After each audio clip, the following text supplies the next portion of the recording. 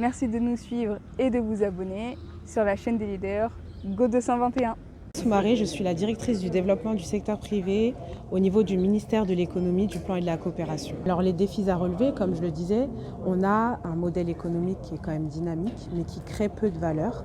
Comme je le disais dans mes exemples, on a un secteur privé qui doit devenir plus productif.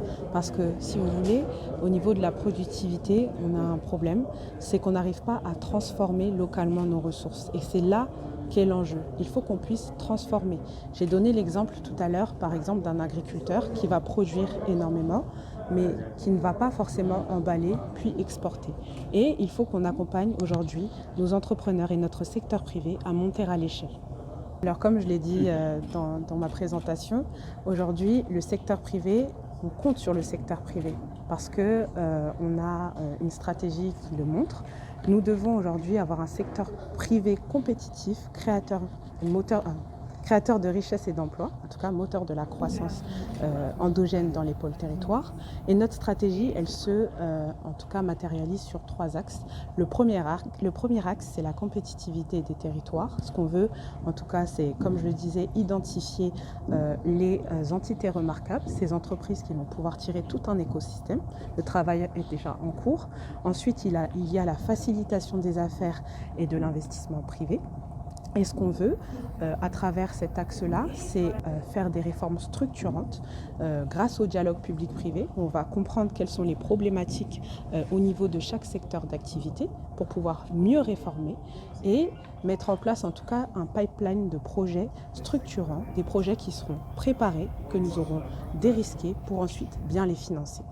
Très intéressant parce qu'on a commencé un travail, donc on est en train d'identifier ce qu'on appelle les entités remarquables. Comme je le disais tout à l'heure, on a déjà entamé un travail dans la zone nord, dans le pôle de Saint-Louis, dans la zone centre, Kaffrine, Fatick et Kaolack, et nous sommes en train de travailler aussi dans la zone sud. L'objectif, il est clair, c'est d'aller identifier déjà dans un premier temps, faire la monographie de nos territoires pour voir quelles sont les filières porteuses. Et au sein de ces filières, ensuite, c'est de faire la cartographie du secteur privé, d'aller voir dans la chaîne de valeur quels sont les potentiels champions, les potentiels, donc les entités remarquables que nous allons pouvoir appuyer. Et la valorisation qui est un élément clé. Vous pouvez revenir sur ça. Est-ce que c'est ça qui fait au moins booster un peu l'économie? En fait, il faut créer de la valeur. C'est-à-dire, comme je disais tout à l'heure, on crée peu de valeur. Je parlais de l'exemple, par exemple, du poisson.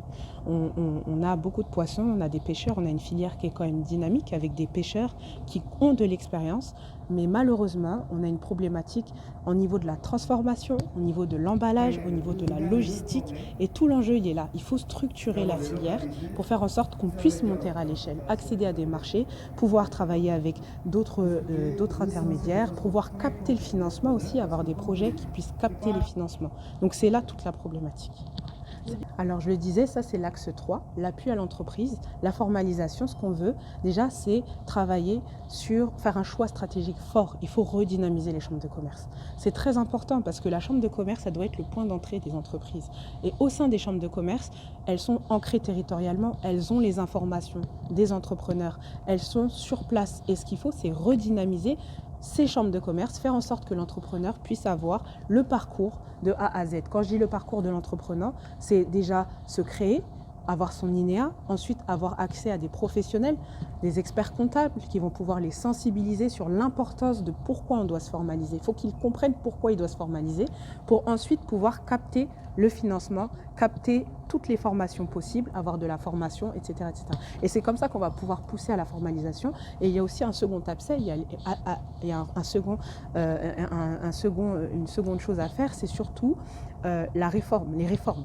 Quand on va réformer, par exemple, on est en train de travailler sur le code des impôts, le fait de réformer le code des impôts, ça va aussi inciter à l'investissement, à la formalisation, pardon. Ça va inciter à la formalisation parce qu'on va pouvoir mettre en place des choses qui sont quand même favorables aussi au secteur privé. De pouvoir décentraliser le dispositif qui est existant au niveau des régions, au niveau des pôles territoires.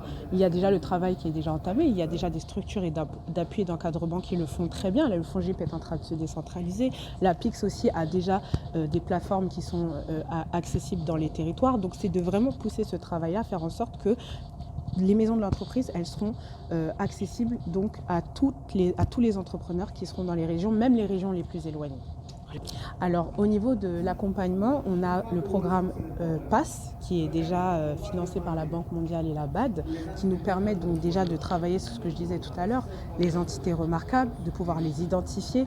Ensuite, il va falloir qu'on travaille au niveau du PASS. On a quand même des structures qui sont déjà dans ce programme. On a la DER, on a le FONGIP, on a le FONSIS, on a l'ADPME, on a la DFPPP, la direction du secteur privé. Enfin, ça permet d'avoir, comme je disais tout à l'heure, tout ce parcours de l'entrepreneur et de pousser ces entreprises qui seront sélectionnées. Je vous ai donné tout à l'heure les quelques entités remarquables qui ont déjà été identifiées et l'objectif c'est de dialoguer avec ces personnes pour savoir quels sont leurs projets et pouvoir se concentrer sur ces entreprises-là.